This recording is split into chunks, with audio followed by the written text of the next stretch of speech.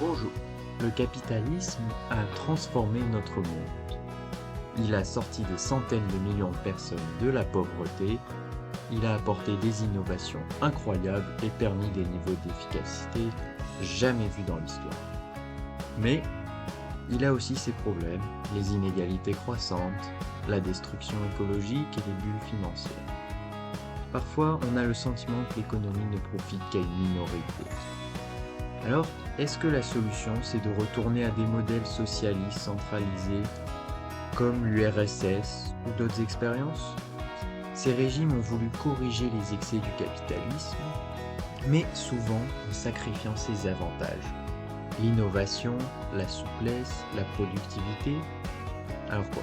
On accepte le capitalisme bête et méchant avec ses défauts?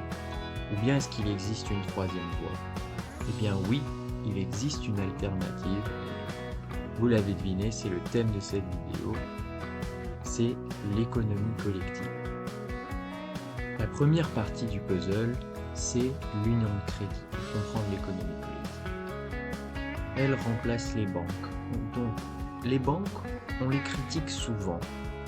Elles font des profits énormes, elles spéculent et parfois elles provoquent des crises dont tout le monde paye les conséquences.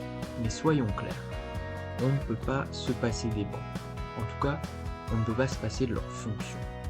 Car en effet, sans elles, pas de prêt immobilier, pas de crédit pour les entreprises, pas de financement pour innover le crédit. C'est le sang qui circule dans l'économie.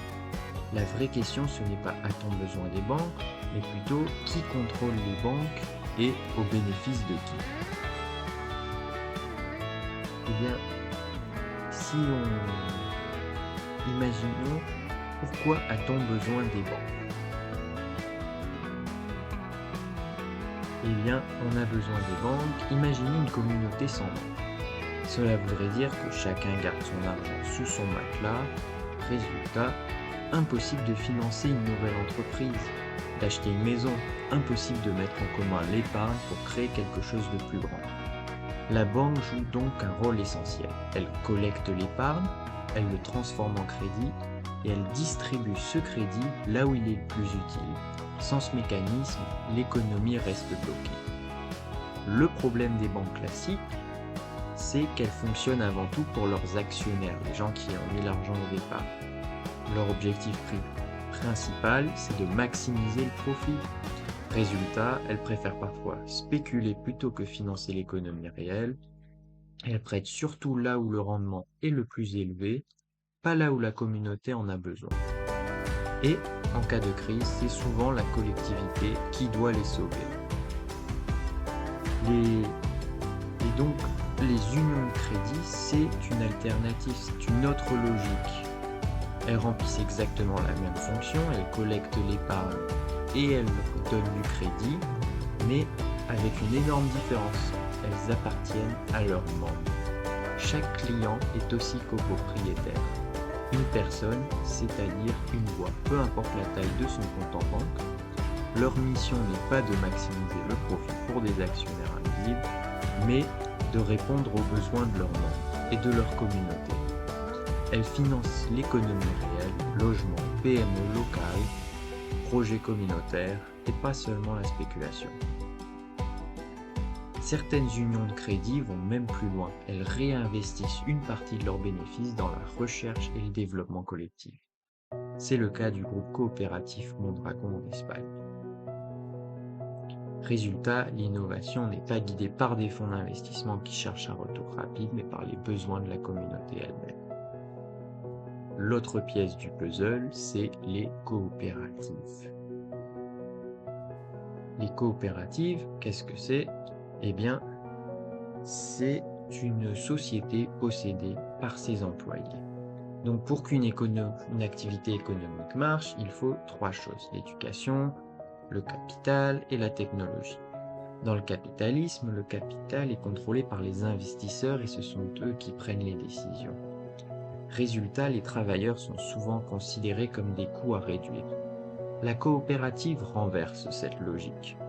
Les travailleurs sont les propriétaires. Ils décident collectivement de la stratégie, ils partagent équitablement les bénéfices et ils font passer la pérennité de l'entreprise et de l'emploi avant la recherche du produit rapide. Donc comment ça fonctionne? Un membre, une voix. Le pouvoir n'est pas lié à la taille du portefeuille et les bénéfices de l'entreprise sont redistribués aux membres, en partie réinvestis dans l'entreprise. Les décisions stratégiques sont donc prises démocratiquement et plus comme une monarchie, comme c'est le cas dans la plupart des sociétés capitalistes. Mais donc, si on ne paye pas des actionnaires, qui met les fonds pour monter le business? Qui met les fonds pour la recherche? Eh bien, prenons l'exemple justement de Mondragon, puisque là on peut justement coller les pièces du puzzle l'une avec l'autre, puisqu'on va voir le crédit d'union et les coopératives qui peuvent se marier. Prenons l'exemple de Mondragon au Pays Basque espagnol. Son modèle est fascinant, c'est une union de crédit qui sert de maison mère, autour de laquelle gravite un immense réseau de coopératives. Le principe, c'est qu'au cœur de Mondragon, il y a une banque coopérative, la Caja Laboral. C'est une union de crédit, c'est-à-dire une banque détenue par ses membres. Et elle joue le rôle de maison mère. Elle ne dicte pas ce que les coopératives doivent faire, mais elle leur donne des moyens financiers et techniques de réussir, puisqu'elle finance les projets de ces coopératives et elle assure la stabilité du réseau tout entier. Ensuite, autour de cette banque, on va retrouver ce fameux réseau de coopératives. On va en trouver dans l'industrie qui vont fabriquer des machines, de l'électroménager, de l'automobile. On va dans la distribution, on va avoir des supermarchés, des commerces, on va avoir de l'éducation puisqu'on a une université même. Chacune est complètement autonome mais reliée au réseau par la banque commune.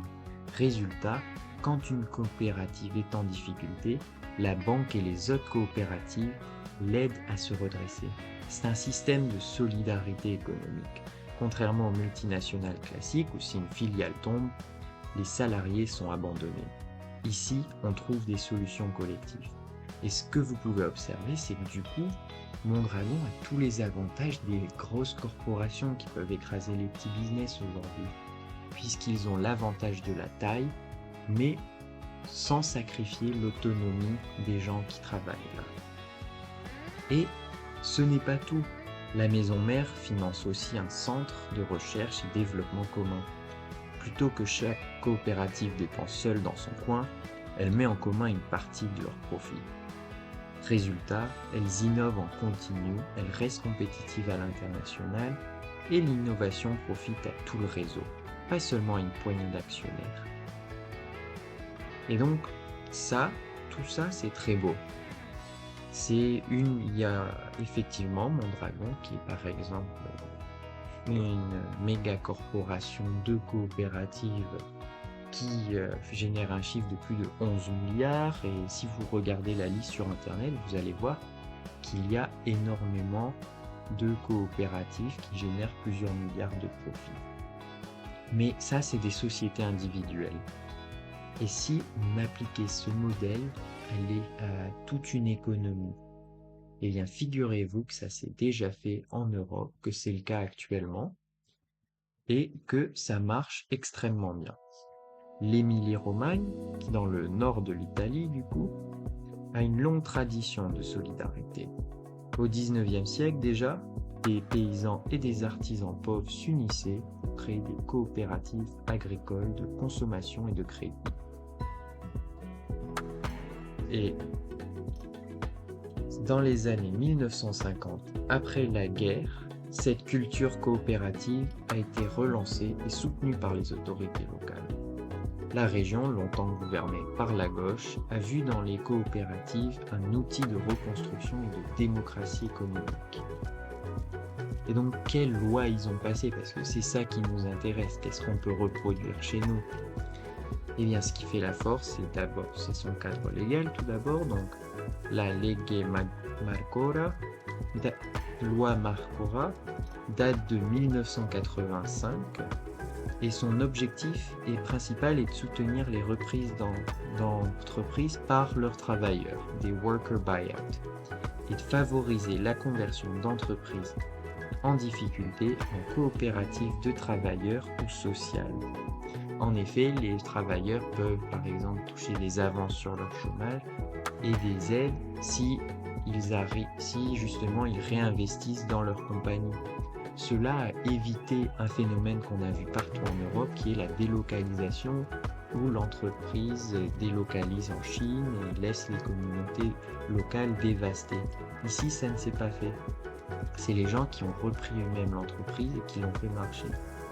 Elle prévoit aussi un fonds spécial géré par une institution appelée la CFI, Cooperazione Finanza Impresa, qui aide financièrement et techniquement ces coopératifs. Là, on peut aussi voir d'autres lois comme la loi 59 de 92 qui oblige les coopératives à reverser 3% de profit dans un fonds national de développement coopératif, un peu comme la maison mère de Mondragon, un capital collectif qui sert à financer la naissance de nouvelles coopératives. Ainsi, le mouvement coopératif peut se reproduire de lui-même. Ensuite, une coopérative n'est pas une entreprise. Alternative ou marginale, elle est reconnue comme une forme d'entreprise à part entière. Elle peut obtenir des financements, des crédits et participer au marché public au même titre que n'importe quelle société de capitaux. Voire, justement, elle est avantagée puisque, par exemple, elle a des avantages fiscaux. Les bénéfices réinvestis dans la coopérative sont moins taxés que ceux distribués aux membres. Cela incite à la stabilité, à l'investissement long terme plutôt qu'à la recherche du profit immédiat. Elles sont aussi favorisées dans plusieurs aspects de la stratégie régionale. Donc, il y a une formation et une éducation coopérative. Les universités et les centres de formation enseignent le modèle coopératif, pas seulement l'économie capitaliste classique. Il y a une mise en réseau puisque les coopératives ne sont pas isolées. Elles collaborent, partagent des ressources et forment des consortiums pour rester compétitives à l'international. On peut aussi voir que les coopératives sont favorisées par les partenariats publics-privés, ou dans ce cas plutôt public-coopératifs. L'État et la région passent en priorité par des coopératives pour gérer des services publics ou sociaux, santé, éducation et de personnes âgées. Finalement, il y a une stratégie de cluster industriel, par exemple dans l'agroalimentaire, la mécanique, la céramique, des réseaux d'entreprises coopératives créent des écosystèmes productifs qui s'auto-alimentent par une synergie. Et donc, qu'est-ce que c'est les résultats concrets? Eh bien, ils parlent d'eux-mêmes. L'Émilie-Romagne est l'une des régions les plus riches d'Europe et d'Italie, avec un PIB par habitant supérieur à la moyenne européenne. Cela ne veut pas tout dire, en effet. Le PIB, c'est pas tout. Mais par exemple, si on regarde l'indice de développement humain qui montre l'accès à l'éducation, à la santé et à l'argent, et bien là, encore une fois, l'Émilie-Romagne arrive en tête en Italie et est une des meilleures régions d'Europe. Ensuite, on peut voir que le chômage y est historiquement plus bas. En effet, plutôt que laisser leur entreprise mourir par le dumping social ou alors de les voir délocaliser, eh bien les gens ont choisi de garder les usines, de les reprendre et de les faire continuer à les marcher. Ainsi, pas de désindustrialisation, le chômage est beaucoup plus bas que dans le reste de l'Italie. Les inégalités y sont aussi réduites car les profits sont largement réinvestis ou redistribués. Les coopératives représentent environ 30% du PIB régional et touchent presque tous les secteurs: agriculture, industrie, services sociaux, construction, éducation. La région est aussi l'un des plus grands pôles d'exportation d'Italie, preuve que le modèle coopératif peut être compétitif à l'international. Voilà. Alors, maintenant, dites-moi en commentaire, est-ce que vous avez appris quelque chose dans cette vidéo? Est-ce que vous pensez que le modèle coopératif peut fonctionner dans d'autres pays ou dans d'autres régions que l'Italie? Ou est-ce que vous pensez que c'est un cas très particulier? Moi, en tout cas, j'ai beaucoup aimé faire cette vidéo, j'ai appris beaucoup de choses. Et je pense que ça va clairement façonner ma vision de comment construire un monde meilleur à l'avenir pour le laisser à nos enfants. Et je vais vous laisser du coup mes sources dans la description. N'oubliez pas de laisser un like et de me dire ce que vous pensez dans les commentaires. À plus.